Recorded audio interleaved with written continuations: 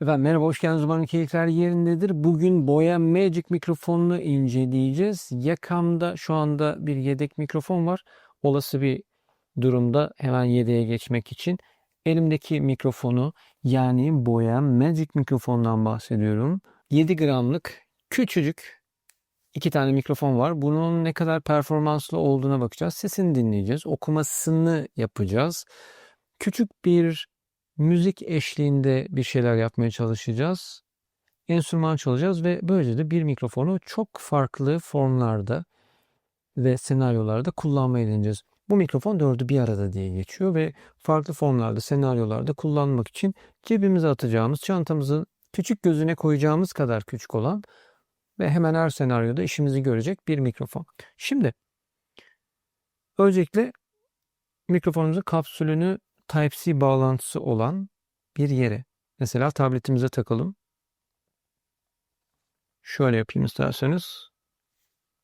Şöyle görebiliriz. Şurada küçücük bir, şunu bastığımız an hemen mavi ışıkları yandı. Kapsülün içerisinden de, kutunun içerisinden de mikrofonu çıkardım. Hemen eşleşti zaten. Tamamen şu anda buradayım. Bunu şu anda yakama takacağım. Ama yakama takmadan önce elimde küçücük 1 gramlık bir mıknatıs var. Yine boyanın beraberinde gönderdiği bir mıknatıs. Bunu istersem tişörtümün herhangi bir yerine koymak için avantajlı bir durum yaratıyor bana. Çünkü magnetli. Böylece de sadece tişörtümün burasına takıp tişörtümün ya da farklı kıyafetler giyiyorsak bunu sarkmasını engelleyebiliriz ya da daha profesyonel gözükecek şekilde istediğimiz yere gizli hale getirebiliriz. Şimdi ben tişörtün altından bunu birleştireceğim. Mikrofonu taktım. Bir karış mesafeye koydum.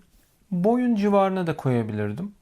Şu anda burada sesimin oluştuğu bölgede mikrofonumu yerleştirdim.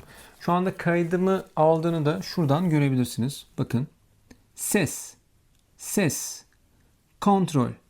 Sesim de buraya gidiyor. Sonra video ile senkronize edeceğim. Sadece Boya Magic'i duyacaksınız. Efendim öncelikle sesin öneminden bahsetmek isterim.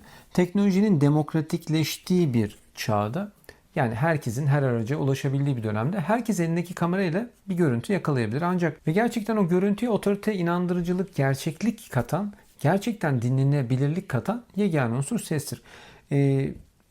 Eski videolarımda da hep bahsediyorum ve o yüzden de mikrofonla testler yapıp sizlere sunmaya çalışıyorum. Ses bizim için her zaman odak noktamız. İzleyiciler düşük çözünürlüklü veya yetersiz ışıklı bir görüntüye dakikalarca tahammül edebilir.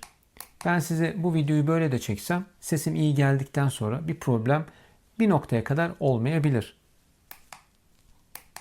Ama burada cızırtılı, patlayan veya boğuk bir sese izleyicinin tepkisi videoyu anında kapatmak olur. İçerinizin görseli ne olursa olsun, ne anlattığınızı detaylıca gösterse de izleyiciyle kurduğunuz bağın kalitesini, videonuzun izlenebilirliğini belirleyen kristal netliğindeki sesinizdir. Videonun içerisinde oluşturduğunuz ses düzeyidir. Öncelikle bu mikrofonu 4 farklı senaryoda test etabına tabi tutacağız. Kitap okuyacağız. Sadece konuşma yapacağız. Şu an zaten gördüğünüz gibi. Ses kalitesine bakacağız. Gitar ile bir şeyler çalmak istiyorum. Müzikal performansına bakacağız.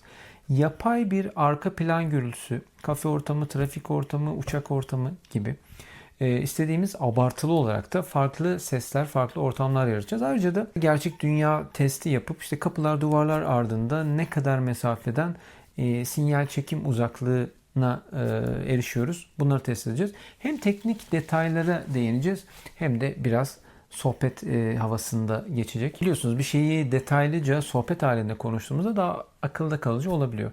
Bununla beraber de mikrofonların ses dünyasındaki, içerik üretimi dünyasındaki yerinden bahsedeceğiz. Efendim hazırsanız başlayalım. Boya Magic gerçekten sihirli mi birlikte görelim. Öncelikle kutuyla beraber ne geliyor ona bakalım. Kutumuzda şöyle bir kutumuz var. Beraberinde kullanım kılavuzları geliyor efendim birlikte. Şu şekilde.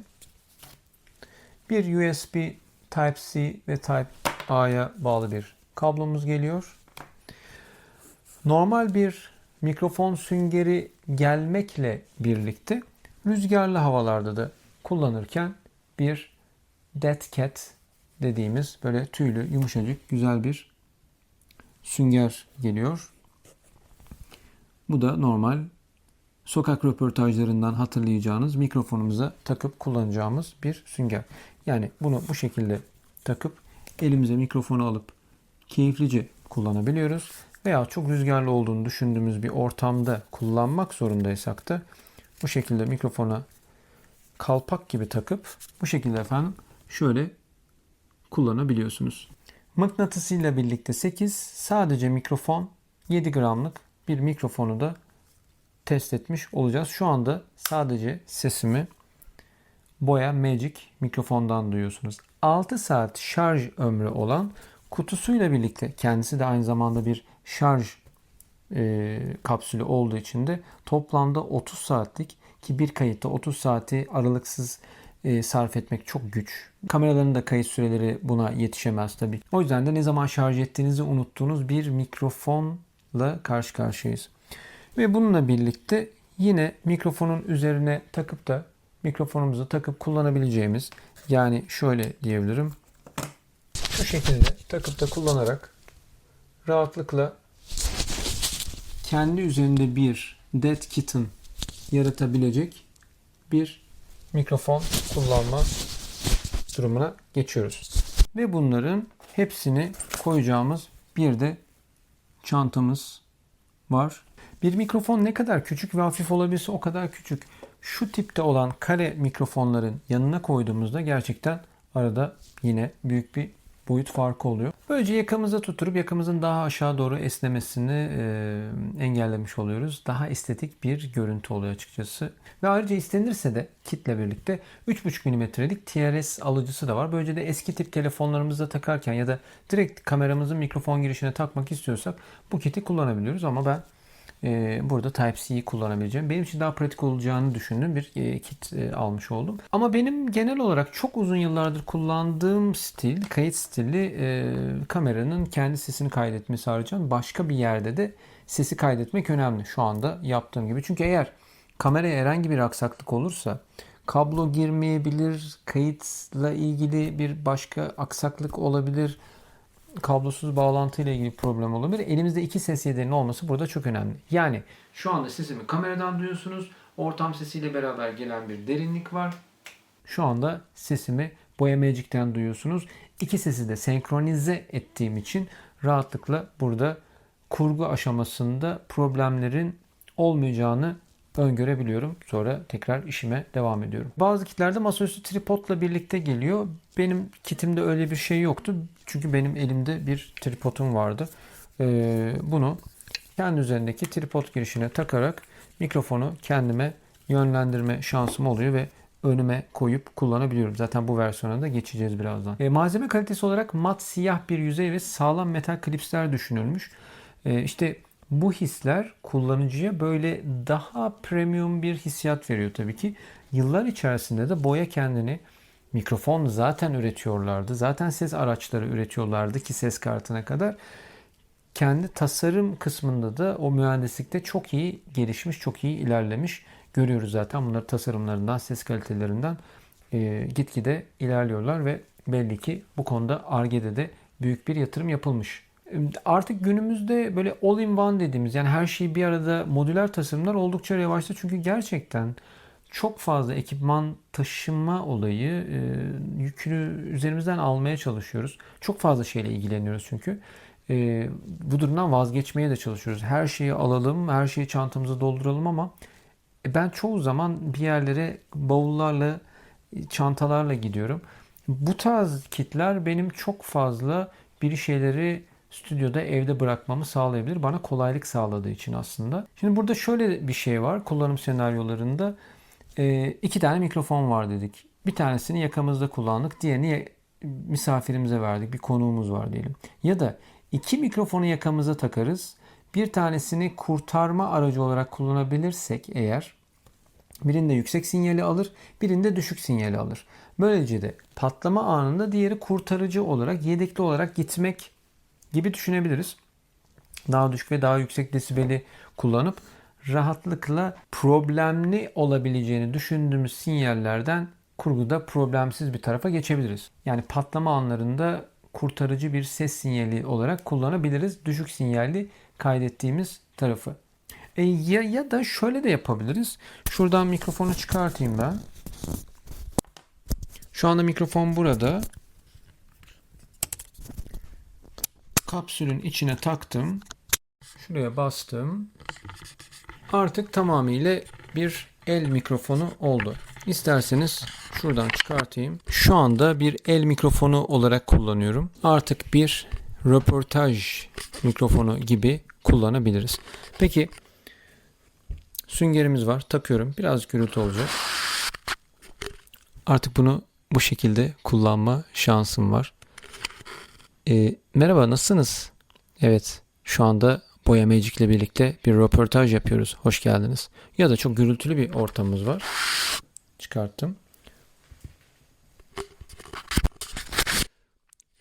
Bu şekilde konuşuyoruz. Ben yakama takarak devam etmek istiyorum. Çünkü bazı testler yapacağız dediğim gibi. Yine mavi ışığı yanıyor ve mikrofon kapsülünden çıkardığım gibi eşleşti ve kaydıma devam ediyorum. Yani kapsülün içine koyduğumuz zaman bir el mikrofonu, kameramızın üzerine koyduğumuzda da baktığı yöne göre de shotgun mikrofon olarak kullanmak gayet mümkün oluyor. Muhtemelen diğer pek çok mikrofonda gördüğümüz, benim de zaman zaman kullandığım mikrofonlarda, piyasada olan pek çok markada mikrofonları ayrı bir kutuya koyuyoruz. Ayrı bir kapsüle koyup şarj ediyoruz. Ama burada zaten kullandığımız bir cihazı kullanmaya devam ederken şarj olması tamamıyla bizi pek çok cihazı bir arada kullanmaktan ve bir şeyler taşımaktan kurtarmış oluyor. Burada gerçekten böyle yaratıcı bir fikir var belli ki. Böylece hem tasarım benzersiz olmuş hem de Boya bu Magic için böyle şık, sağlam, işlevsel bir yapı tasarlamış. Buna bayağı bir kafa yorulmuş belli ki. Bir de işin yazılım tarafı var tabii. Yani şimdiye kadar hiç görmediğimiz, yani en azından benim Boya tarafında hiç görüp rastlamadığım bir hikaye var burada yazılım tarafında. Ekran kaydı alarak ilerlemek istiyorum. Efendim şimdi Boya Magic uygulamasını girdiğimiz zaman bağlı olduğunu görüyor ve bağlantının gerçekleştiğini gösteriyor. Şimdi Boya Magic uygulamasını açtım. Şu anda mikrofon bağlı değil. Haricen sesimi kaydediyorum. Buradaki küçük aparatımızı Type-C girişine takıyoruz ve tabletimizin mikrofonumuzu görmesini sağlıyoruz. Taktığımda yakamda zaten bağlı ve şu anda bağlantıyı kurdu. Connection dedi ve girdiğim zaman bir tane mikrofonun sinyalini görüyoruz. Diğer mikrofonun sinyalini görmüyoruz. Şu anda o kapalı. Ve eşleştirme yapmak istediğimiz zaman kısa bir kaç saniye basılı tutarak hem mikrofona hem de alıcıya bu sinyali senkronize olmasını sağlayabiliyoruz. Eşleştirmemizi yaptık. Diyelim şarjımızın bittiğini düşünelim. Kapsülü açtık. Mikrofonu çıkardığımız an hemen eşleşiyor. Kenara koyduk. Diğer mikrofonu da çıkardık. Hemen ekrana bakıyoruz. Eşleşmemiz oldu. Bitti. Şimdi size yazılımın güzel taraflarından bahsetmek istiyorum. Merhaba, merhaba, merhaba. Yakamdaki tabii daha yüksek alıyor. Şöyle, gain'i biraz daha yüksek alabiliyoruz. Bu tabii patlamalara yol açabilir. Daha düşük alabiliyoruz. Ya da orta halli olması bizim için daha kullanışlı olabilir diyebiliriz. Peki bunun üzerinde başka neler var? Dışarıdan gelen sinyalleri, gürültüleri kesmesi için bir AI tarafında bir gelişme var. Buradaki NC yani Noise Cancel butonuna bastığımız zaman sinyali 40 desibele kadar aşağıya ya da istediğimiz seçeneğe göre 15 desibele kadar aşağıya çekme şansımız var. Şimdi ben size bu yazılımı gösterdiğim için sesimi henüz kaydetmiyorum buraya. Birazdan bir gürültü yaratacağım ve onunla beraber test edeceğiz. Aynı zamanda recording mod var. Stereo ve mono. Şimdi mono tek kanaldan gelen sinyal, stereo da çift kanaldan gelen sinyal. Peki biz yani mono kötü, stereo iyi gibi düşünmemek lazım. Tek kanal, çift kanal gibi düşünmek lazım. Şimdi ben bunu monoya aldığımda nasıl bir şey oluyor? Konuğumuza bu mikrofonu verdim. Bir tane de bende var. Aynı anda konuşuyoruz. Farklı zamanlamalarla konuşuyoruz. Ne yaparsak yapalım, kaydımız her zaman tek bir kanalda yer alıyor. Ve diyelim konuğumuzun sesi yüksek, bizimkisi alçak ve aynı anda konuştuğumuz durumlarda müdahale edememe gibi bir maalesef durumumuz var. Biz bunu nasıl çözüyoruz? Buradaki sinyali, girişini stereo yaparsak birbirinden bağımsız iki mikrofon gibi davranıyor. Zaten öyle ama kayıt onu öyle algılamış oluyor. Ve konuğumuzun sesini ve kendi sesimizi ayrı ayrı düzenleme şansımız oluyor. Gelin şimdi bilgisayara geçelim isterseniz. Orada neler yapabildiğimize bakalım. DAW içerisinde, kayıt yazılımı içerisinde daha detaylı size göstermek isterim. Efendim şimdi bilgisayar tarafına geçtik ve bilgisayarımıza alıcımızı taktığımız gibi hemen kayıt programımız Boya Magic'in bir ses kartı olarak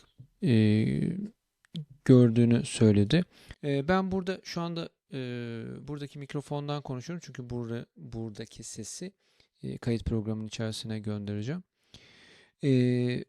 Bir mikrofon olduğu için girişte biz şurada Boya Magic'i görebiliyoruz diyebilirim. Bunu kapattım. Logic'te dedim ki evet bunu kullanalım. Use dedim. Ayarlara girdiğimiz zaman burada Boya Magic'i görebiliyoruz. Şimdi bir kayıt yapalım. Nasıl bir sonuç aldığımıza bakalım isterseniz. New diyelim. Hazırda olanı kapatalım. İşimiz yok şu anda.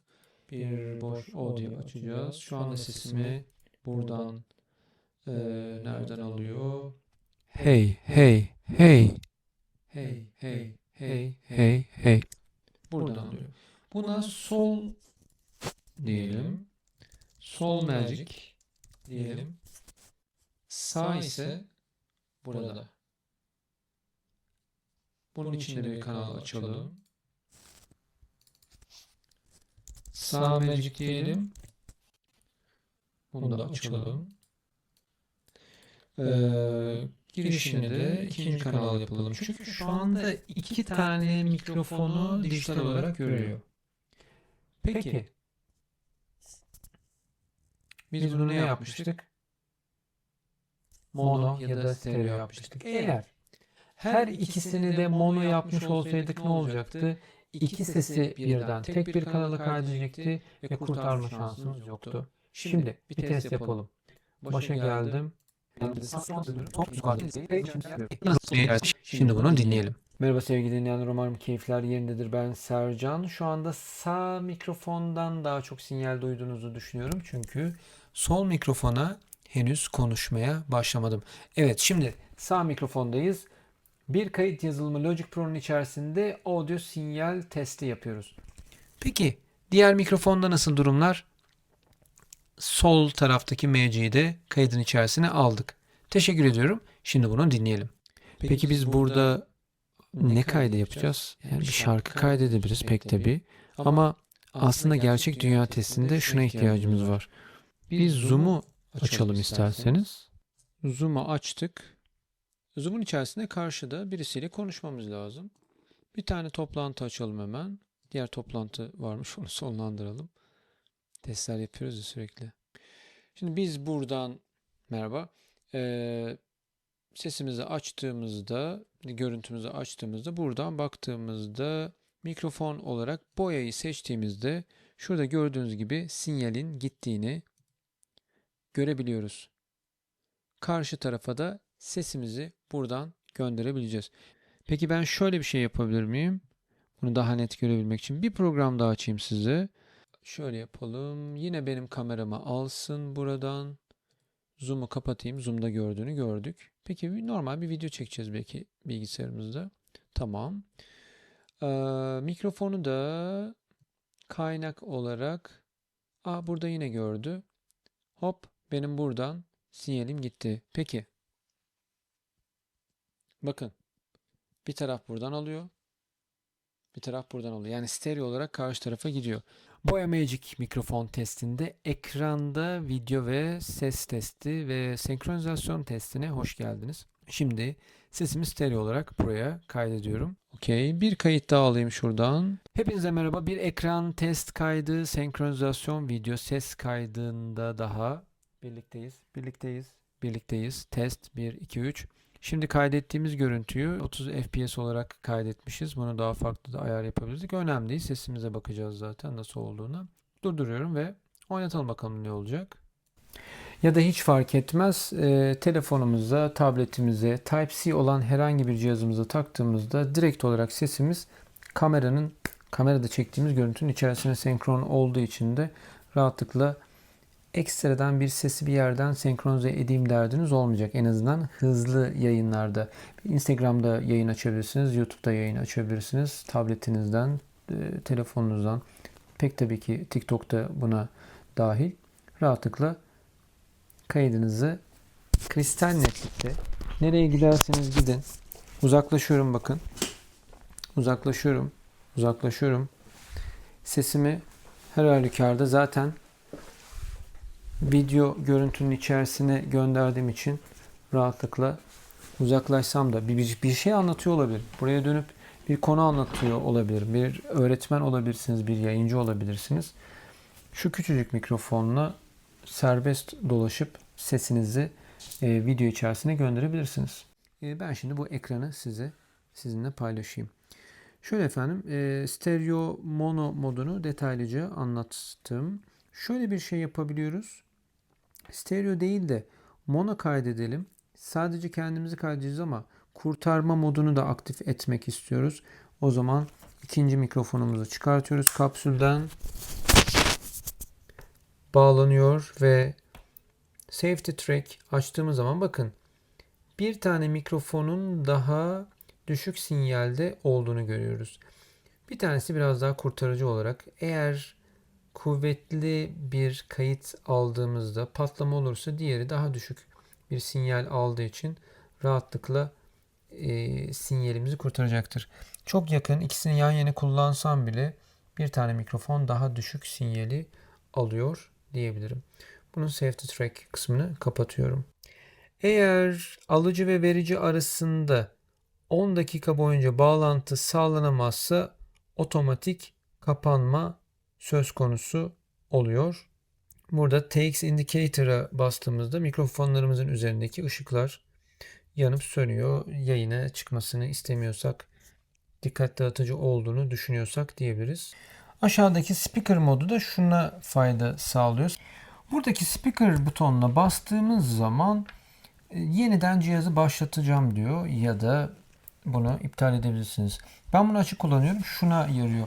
Harici bir mikrofon ya da işte benzer bir aparat kullandığımız zaman cihazı çıkartmamız gerekiyor playback yaparken yani sesi dinlerken. Buradaki bu özelliği devre dışı bırakıp her seferinde cihazı takıp çıkartıp o şekilde dinleme zahmetinden bizi kurtarmış oluyor. Bu inanılmaz kullanışlı ve çok iyi düşünülmüş bir şey. Aynı zamanda buradan cihazımızı güncelleyebiliyoruz.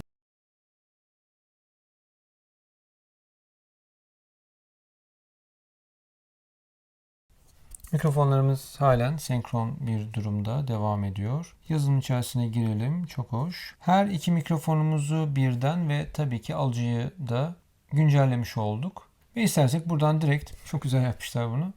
Tıkladığımızda kullanıcı kılavuzuna gidebiliyoruz. Ve teknik detaylara biraz girersek 24 bit 48 kHz'lik bir ses iletme kalitesinden bahsediyoruz. Kendi içinde dahili bir kaydedicisi yok.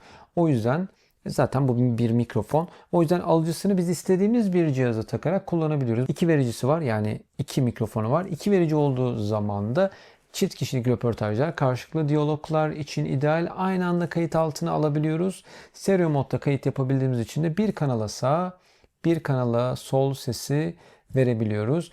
Böylece de mix anında herhangi bir problem olduğunda geri dönüşü olmayacak bir ses kaydında düzenleme hadisesinde hiç problemsiz işimizi, kurgumuzu yapabiliyoruz. Şu anda ben farklı yerlerden farklı kayıtlar aldığım için Bunları göreceğim ve senkronize edip ilerleyeceğim. Size en doğru sesi iletmeye çalışacağım. Biz bu kaydı mikrofon karşımızdayken yapsaydık nasıl olurdu? Bakalım isterseniz. Mavi ışık yandı. Ve tekrar mikrofonum kayıt moduna geçti. Ve ben tripodumu takıyorum. Bir aksaklık var mı diye. Yok. Test 1, 2, 3, test 1, 2, 3. Tolga Aydoğan'ın Atatürk'ün İzindekiler kitabından bir parça okuyayım isterseniz. Kastamonu'dan doğan güneş.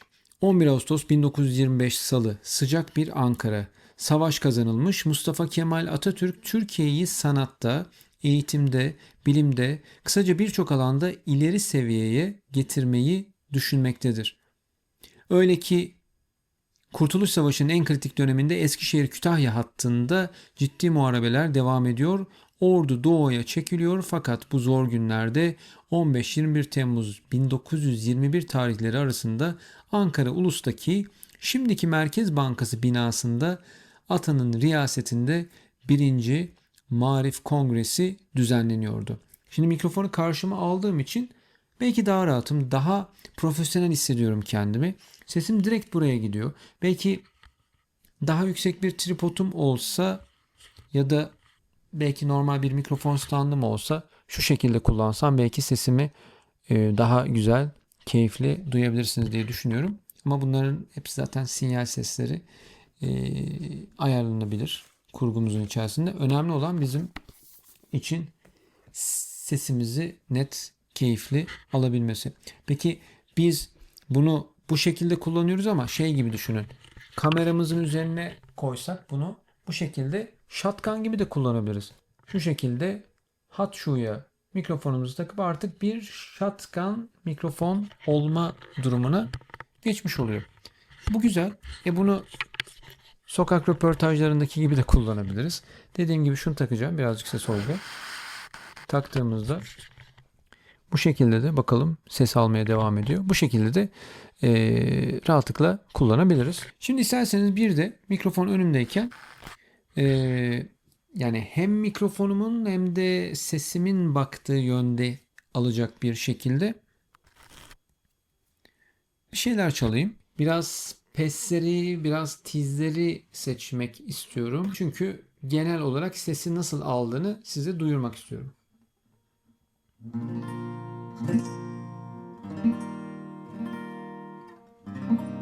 Ve sesi aynı zamanda tabii ki size ham olarak sunacağım ama böyle bir kayıt aldıktan sonra zaten sesi düzenleyebileceğimiz için de ara ara da sesin düzenlenmiş ve biraz daha mixlenmiş halini de duyurmak istiyorum size.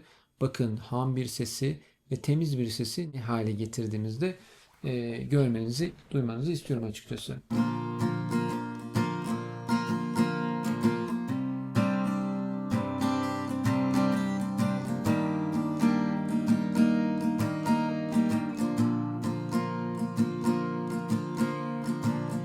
Here's a little song I wrote. You might want to sing it not for lost. Don't worry. Be happy. Her bölümü 2 kere söyleyeceğim. Birinde mixi, birinde mixsiz olacak. Öyle daha iyi ayrıştırılabilir. In every life we have some trouble, but when you worry you make it double. Don't worry, be happy. Şimdi biraz tizlere çıkalım. Here's a little song I wrote. You might want to sing it not for naught. Don't worry, be happy. In every life we have some trouble, but when we worry you make it double. Don't worry, be happy.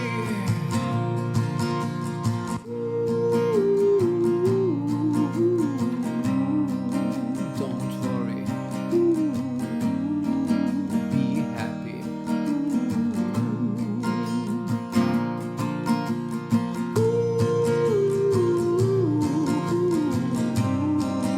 Don't worry.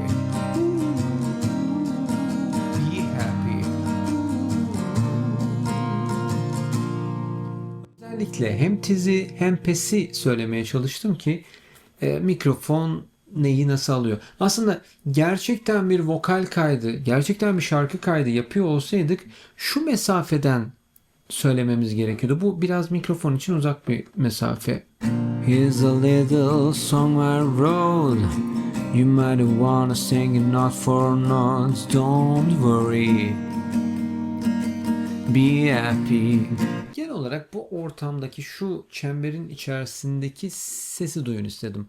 Aslında tabii ki gelen sinyali kulaklıkla dinleyip gerçek bir mix mastering'e yönelik kayıt yapabiliriz ama biz şu anda aslında tek bir imkanımız var. Tek bir mikrofon alma şansımız var. Burada yaptığımız seçim bizi üzer mi üzmez mi deyiz aslında bakarsanız. Şimdi üzerinde bir buton var. Şöyle baktığımız zaman buna bir kere bastığımda şöyle yaparsam gözükür mü acaba? Daha basmadım. Heh, tamam. Yeşile döndü. Yani bence döndü. Evet döndü.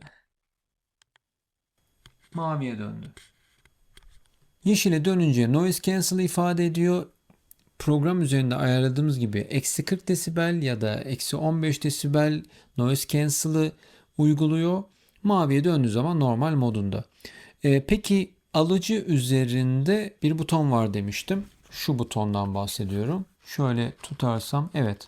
Orada bir yuvarlak var. O bir buton. O butona bastığımız zaman bir kere bastığımızda yine mikrofonumuz yeşil moda geçiyor. Sinyal biraz filtreleniyor. Bir kere daha bastığımızda yine maviye dönüyor. İki kere bastığımızda ise kırmızıya dönüyor ve sesimiz tamamen kesilmiş oluyor. Yani şöyle gösterebilirim sizin için. Diğer mikrofona geçeceğim ses olarak. Şöyle yapayım. Sinyalim devam ederken burada çift basıyorum. Merhaba merhaba merhaba. Artık sinyalim yok burada. Çift basıyorum. Artık olduğu gibi kullanabiliyorum. Çok pratik. Yani mikrofonu kapatmaya gerek olmadan çift tıklayarak sesi açık kapalı yapma durumuna geçirebiliyoruz. Şimdi tabii bu mikrofon bir teknik olarak USB üzerinden bilgisayarımıza bağladığımız için işte Zoom toplantı uygulamalarında, Logic Studio One, Cubase gibi kayıt uygulamalarında da direkt tanıma şansı oluyor az önce gördüğümüz gibi. Tabii neler yapılabilir o zaman? İşte masaüstü mikrofon tarafında işte bir oyun oynayabilirsiniz. Yani gamer tadında. E, Podcast yapabilirsiniz. Bir toplantıya katılabilirsiniz. Beraberinde gelen ya da haricen kullanabileceğiniz bir tripod ile de masanıza konumlandırıp tamamıyla yayın mikrofonunuz haline getirebilirsiniz. Çok pratik oluyor işte. Yani özellikle seyahat vloglarında böyle koşturmalı çekimlerimizde elimizde handheld modunda koşturmak şu şekilde biraz zor olacağı için ve istemiyorsak tabii direkt olarak shotgun modelini tercih edip çekimlerimizde sesi odağa alabiliriz. Çünkü kendimize baktığı yönü alacağı için de rahatlıkla kullanabiliriz. Zaten çok hafif olduğu için de ekstradan uzun shotgunlardaki gibi kameranızı ağırlaştırmıyor. Bir de tabii röportajlarda hani böyle karşıya yaka mikrofon tutuluyor sonra böyle yapılıyor ya. Çok profesyonel gözükmüyor. Şu mikrofonu bu şekilde tutmak misafirimize sokakta, röportajda belki ya da farklı yerlerde çok daha klas, çok daha kaliteli duruyor. Şimdi de size küçük bir yine test yapmak istiyorum. Gürültü testi. Etrafıma birazcık gürültü sarsın. Yaklaşık kütüphane sessizliği 35-40 desibel civarıdır. Eksi 35-40 desibel civarıdır. Buraya çekmeyi hedefliyor aslında mikrofonumuz. Bu yapay zeka destekli mikrofon dediğimiz hikaye ne bu arada? Başından beri anlatmak istiyordum. Bu mikrofon geliştirilme aşamasında yaklaşık 700 binden fazla sesin 20 bin saatlik derin öğrenme verisiyle eğitilmiş nöral bir çip var bu mikrofonun üzerinde. Yani bu sayede çevredeki arka plan gürültüsü, rüzgar, kalabalık gürültüsü, klavye tıkırtısı gibi istenmeyen sesleri gerçek zamanlı olarak analiz edip eksi 40 desibele kadar sesi baskılayabiliyor. Bu oldukça yüksek bir seviye. Bir parktaki kuş sesi, fıskiye sesi, trafikteki motor uğultusu varsa Magic bunları anında kısarak sizin sesinizi ön plana çıkartıyor. Amaç da bu zaten. Gerçek zamanla çalışan bu AI Noise Cancel sesi işlerken belirgin gecikme de yaratmıyor. Ve bu tabii ki gerçek zamanlı çalışıyor. Yani senkronizasyonla ilgili bir problem yaşanmıyor. Gecikme de olmuyor ve üzerindeki butonlarla bunu hemen yapacağız. Şimdi bilgisayardan bir sinyal açacağım. Bakalım nasıl gideceğiz. Merhaba arkadaşlar. Arkada bir gürültü var. Yüksek de bir gürültü. Merhaba, şu anda sesimi Boya Magic'ten duyuyorsunuz. Noise Cancel modunu alıyorum. Bir kere dokunuyorum. Yeşile geçiyorum. Evet, şu anda Noise Cancel modundayız. Sesimin tonu belki birazcık equalizer olarak değişmiş olabilir ama çevredeki gürültünün gitmiş olma ihtimalini düşünüyorum. Arabalar geçiyor. Konuşmakta biraz zorluk çekiyorum ama odaklanmaya çalışıyorum. Çok gürültülü çünkü. Tekrar şeye dönüyorum. Normal moda geçiyorum. Şöyle bakalım. Evet. Şu anda bu moddayım. Evet efendim, merhabalar. Şimdi dışarıdayız. Normal çevre sesinden bakalım neler duyup neleri filtreleyebiliyoruz. Bunlara bakalım isterim. Şimdi çok fazla trafik olmayan bir yerde küçük bir filtrasyon yapalım hemen. Eksi 40 desibelde bu arada. Yani çevredeki gürültüyü olabildiğince kesmeye odaklanacağımız bir hikaye. Şöyle yapalım. Şimdi şöyle bir bakalım çevremizde. Çok da bir trafik yok ama yine de bir ortamın, çevrenin bir sesi var aslında. Hemen basalım. Şu anda bir filtrelemeye geçti. Normalde çok fazla bir ses duymuyorum çevrede ama yine de ufak tefek araç sesleri işi değiştiriyor. Kayıda girdiği için tabii ki rahatsız edici olabilir. Şimdi hemen filtreyi kapatıyorum. Bakın aslında genel ses bu. Şimdi biraz daha trafiğin ortasına gireceğim. Ne olduğuna bakacağız birlikte. Yeniden merhaba. Biraz daha gürültünün içindeyiz. Normal trafik akışı var tabii burada. Şimdi biraz filtreleme yapalım bakalım neler değişecek. Evet, şimdi biraz daha filtreli geldiğini düşünüyorum. 40 desibellik bir ses filtreleme olduğu için de oldukça sesimin belki equalizer birazcık değişmiş olabilir ama çevredeki sesten arınmak bizim için çok önemliydi. Yani şöyle bir gürültüden bahsediyorum. Bu videoya girdiği zaman dinleyiciyi oldukça odaktan uzaklaştırır. Evet, şu anda filtreli bir şekilde. Ben odaklanamasam da dinleyici kesinlikle odaklanacağı şekilde ilerleyebiliyoruz. Şimdi bir kafe ortamına gidelim. Bakalım oradaki insan seslerine ne kadar müdahale edebiliyoruz filtreleyerek. Hemen şimdi kafedeyiz. Duyduğunuz gibi çevrede bir konuşmalar var zaten ama yoğun şurada bir yerde bir havalandırma var ve çok yüksek bir ses geliyor. Şimdi sesimi buraya kaydediyorum. Önündeki tablete kaydediyorum. Dışarıdayken yakama takmıştım. Buradayken elime aldım. Aslında yakama da takacağım burada. Nasıl olduğunu da dinlemenizi isterim. Şimdi bir filtrelemeye geçelim. Bakalım çevredeki ne kadar... Bu arada müzik de çalıyor. Çevreden ne kadar ses gidiyor bir görelim bakalım. Basıyorum hemen.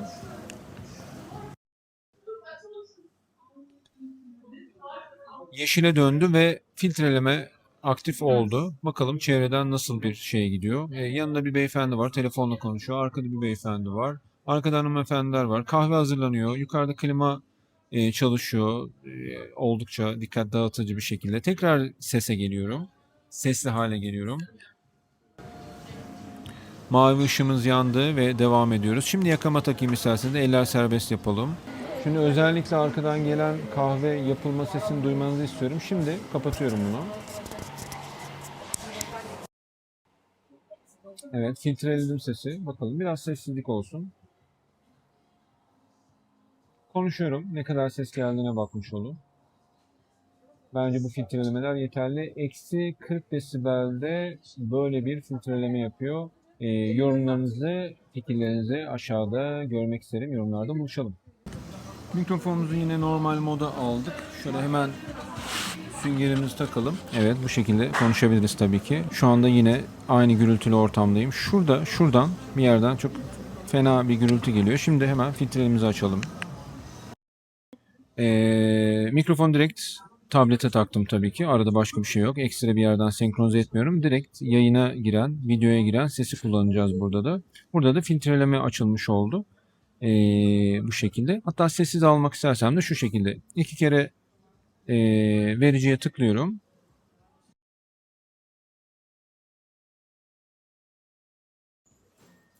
Ses yine gelmiş oldu. Tekrar geriye alıyorum. Hatta şöyle yapabilirim. Kendime çevireyim. Şöyle şu şekilde kullanırsam çok daha verimli olur diye düşünüyorum.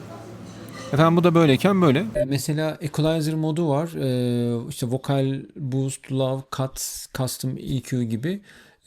Bu seçeneklerde de işte biraz daha vokali yani konuşmayı daha ön plana almak, altları kesmek, alt frekansları kesmek gibi kimi ayarlar var. Benim genel olarak tercihim tamamıyla ham ses kaydetmek. Sonra eğer istiyorsam bilgisayar üzerinden bunlara küçük dokunuşlarla kendi ses tonumu da bozmadan ya da misafirimin ses tonunu bozmadan da küçük dokunuşlarla ham sesi, gerçek ve doğal sesi vermek. Çok fazla efektlendirmek, çok fazla doğal sesin akışını bozmak değil aslında. Ama bu kişiye göre tabii ki değişkenlik gösterebilir.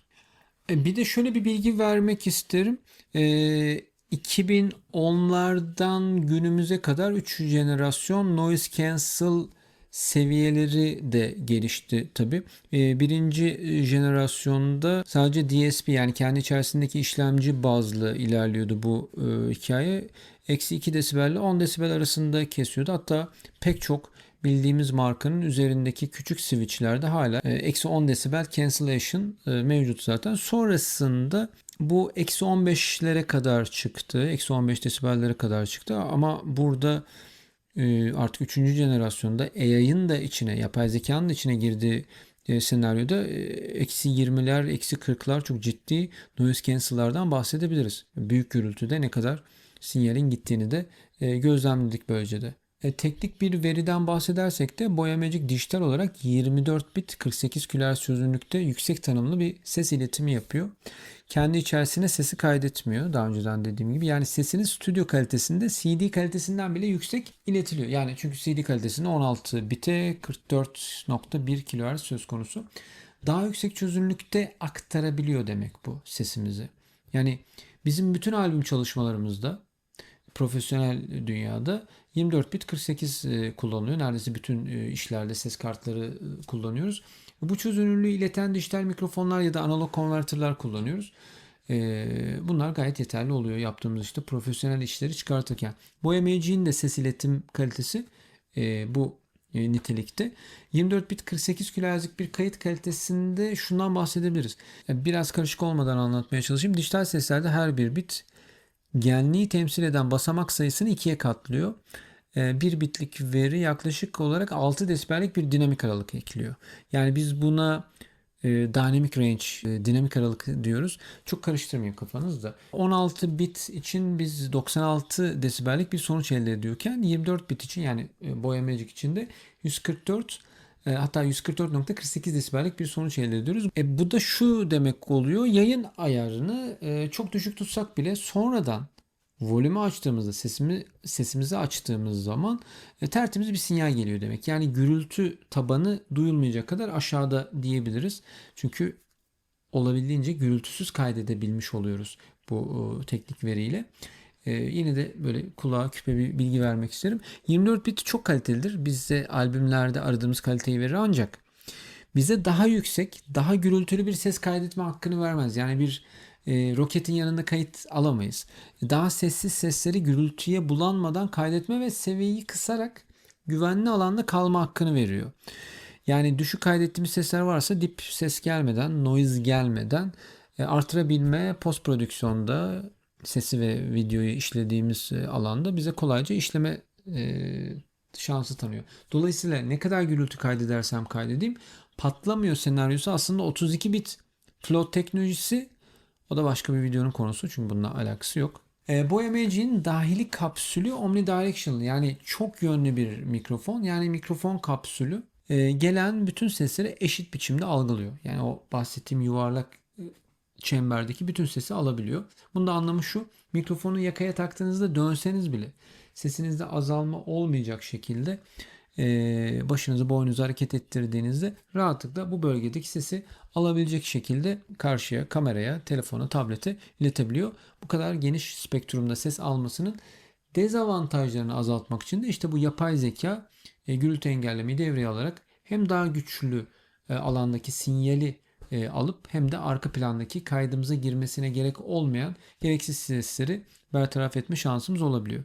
Yani gerideki sesleri ortadan kaldırırken kendi sesimizi ortadan kaldırmıyor gibi bir ayrım var burada. Tabii bu mikrofonun frekans tepkisi 20 Hz ile 20 kHz arasında. Yani bir insanın, sağlıklı bir yetişkin insanın duyabileceği en alt ve en üst frekans aralıklarını kapsıyor. Bu da insan işitme aralığının tamamını aktarabiliyor diyebiliriz. Bu bas tonlardan en tizlere kadar hiçbir frekansı kaçırmayacağı anlamına geliyor. Örneğin bir şarkı çalarken, söylerken çok tiz bir kadın vokal, soprano register'ından çok pes erkek bas register'ına, bir piyanodaki en alt frekanslara kadar tınlıyor.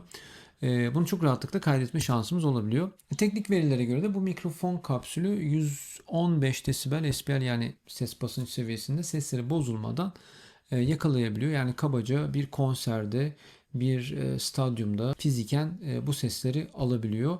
Zaten 115 desibel dediğinizde oldukça yüksek bir sinyal seviyesi. Sürekli buna maruz kalmak bizi birazcık üzebilir açıkçası. Kapsül bize çok faydalı. 10 dakikalık bir şarjda yaklaşık 1 saatlik kullanım elde edebiliyoruz. Yani bir kettle'da kahvenizi hazırlarken zaten 1 saatlik daha avantajınız olur ki 2 mikrofonunuz olduğu için zaten yedekte olarak çok fazla saat kazanıyorsunuz. Yani hiç bakmazsınız bile. Yani ne zaman bitti, ne zaman tekrar doldurmam gerekiyor diye sürekli şarjda olduğunu bilirsiniz. Çünkü kapsül aynı zamanda hem elinize alıp kullandığınız bir mikrofon hem de bir şarj kapsülü. USB üzerinden de yaklaşık 2 saatte bütün mikrofonu şarj edebiliyorsunuz. Hemen de arkasında 4 tane %25'er dilimli gösteren şarj ledleri var. Oradan da ne kadar şarjı kaldığını görebiliyorsunuz. Biraz uzun bir video oldu ama biraz teknik bilgi vermek istiyorum. Hemen her detayına hem hakim olmaya çalıştım hem de hakim olmanızı istiyorum da. 2.4 GHz'lik bir dijital kablosuz iletim teknolojisi kullanıyor bu mikrofonumuz. Açık alan ve ideal koşullarda 100 metreye kadar. 100 metre tabii büyük bir mesafe, yani iletim menzili sunuyor. Yani çok fazla 10-20 metreler geçilmez gibi düşünüyorum normal kullanırken. Bu 2.4 GHz yapısı gereği de line of sight diye geçiyor. Yani mesafesi önemli. Araya bir duvar girdiğinde, bir verici ya da bir insan vücudu girdiği zaman bazı küçük takılmalar, problemler belki yaşayabilir diye düşünebiliriz. Ama bir fuara gittiniz, bir sergiye gittiniz, bir workshop vesaire bir atölyede bütün fuar alanı içerisinde dolaşsanız bile, yani 100 metreyi çok geçmeyen bir alanda rahatlıkla alıcının vericiyi gördüğü, araya çok bir engelin girmediği durumlarda rahatlıkla kayıt yaparsınız. Genel kayıt standartlarında dediğim gibi yani 10-20 metreler çok fazla geçilmiyor. İsterseniz ben şimdi buradan bir kalkayım. Birazcık alt katlara ineyim. Ne kadar nerede kesilme olduğunu göreceğiz zaten. Ben şu anda bilemiyorum. Kayıtta incelerken bakacağız ona. Ben tabii tableti burada bırakacağım. Sonra gideceğim ki yan yana gitmeyeyim. Çünkü o zaman uzaklaşmış olmam. Şöyle bir küçük kayıt notlarına da baktığım zaman 20 milisaniyelik bir gecikmesi söz konusu. Zaten sıfır olması mümkün değil. Bu sinyalin bir iletilmesi gerekiyor. Bir zamana ihtiyaç var. 20 milisaniye bir milisaniye saniyenin binde biri olduğuna göre saniyenin binde 20'si kadar bir gecikme var. Bu hiç sorun olacak. Dudak, ağız, ses senkronizasyonunu bozacak olduğunu düşünmediğimiz bir senaryo. Dediğim gibi sıfır olması mümkün değil. O sinyalin karşıya bir iletilmesi, çağrılması, geri gönderilmesi var. Problemsiz, rahatlıkla kullanabiliyoruz. O yüzden çok iyi bir latency, çok iyi bir gecikme diyebiliriz efendim. Şimdi ben birazcık uzaklaşıyorum. Bu mikrofonun sesimi ne kadar iyi alıp almadığını görmek için stüdyodan çıkıyorum ve gidiyorum buralardan. Sizi Boya Magic'le baş başa bırakıyorum efendim. Test 1 2 3, test 1 2 3. Test kontrol, test kontrol 1 2 3. Bir kat aşağıya indim. Test kontrol 1 2 3 1 2 3 kontrol kontrol 1 2 3 1 2 3 1 2 3 kontrol. Şu anda salona kadar indim. 3 kat aşağıdayım. Bence yeterli. Yani zaten kamerayı görmeden kayıt yapmamın bence bir manası yok. 1 2 3 1 2 3 kontrol kontrol 1 2 3 stüdyoya doğru geliyorum. Stüdyoya doğru geliyorum. Bence gayet yeterli olabilecek bir mesafede de rahatlıkla kullanabileceğimiz bir kayıttan bahsedebiliriz bence. Tekrar geldim. Merhaba. Var mı burada bir kopma? Yok. Geri geldim. Belki arada koptuysa da onu kayıtta göreceğiz artık. Onu bilemiyorum şu anda. Efendim Boya Magic'i inceledik. Biraz uzun bir video oldu. Farkındayım ama detaylı size bilgi vermeye çalıştım. Şöyle bir durum var. Sesimizi iyi karşıya iletmeyi kafada bitirdiğimizde evet ben artık iyi bir mikrofon kullanıyorum. İyi bir setup'ım var. Artık sadece içeriklerime odaklanmalıyım noktasına geldiğimizde aslında kafada pek çok şeyi bitirmiş oluyoruz. Şimdi dışarıda sesi kaydettim, gürültü oldu. Eve geleyim düzenleyeyim. Ama nasıl düzenleyeceğim? Arkadaki gürültüleri nasıl ortadan kaldıracağım diye birazcık motivasyonumuz düşüyor. Yani genellikle de öyle oluyor. Ben onu çok uzun yıllar yaşadım. Böyle bir şeyde, böyle bir mikrofonda bir butona bastık, bütün gürültüyü kaldırdık. Gürültü olduğunu bildiğimiz anda hemen yeşili alırsak zaten hiçbir problem olmaz. Sonra tekrar bastık, normal moda döndük. Biliriz ki kafamızda gürültü olarak kaydımıza girecek hiçbir şey yok. Tamam, o zaman işimize gücümüze devam edebiliriz. Efendim bu videonun sonuna geldik. Çok teşekkür ederim bana zaman ayırdığınız için. Efendim mikrofonla ilgili satın alma, ayrıntılarına bakma, detaylarını görme ile ilgili bütün ayrıntıları aşağıda açıklamaya koyacağım. Oradan hem ayrıntısına bakabilirsiniz. Almak isterseniz tabii ki mümkün. Ve firmaya da benim selamımı söylerseniz muhakkak yardımcı olacaklardır. Ahmet Bey özellikle bu konuda çok hassas. Herkesin ekonomik şartlarda bir içerik üreticisi olduğunda iyi mikrofona, iyi ses alabileceği makul ürünlere de ulaşmasını sağlamaya çalışıyorlar. Onların vizyonunu çok uzun zaman önce uzun toplantılarda da e, dile getirmişlerdi. Bir arada tanıştığımız zamanlar. Ve daha önceden bahsettim mi bilmiyorum. M1 modeli Boya'nın dünyadaki en çok satan mikrofon. Yaka mikrofonu. Dolayısıyla da bunun sorumluluğuyla çok daha iyi argeler, know-how'lar yapma şansı olabiliyor firmanın. Ve Boya Magic'te gelinen son noktada artık işin çok daha böyle ileri gittiğini boya firması için gösteriyor.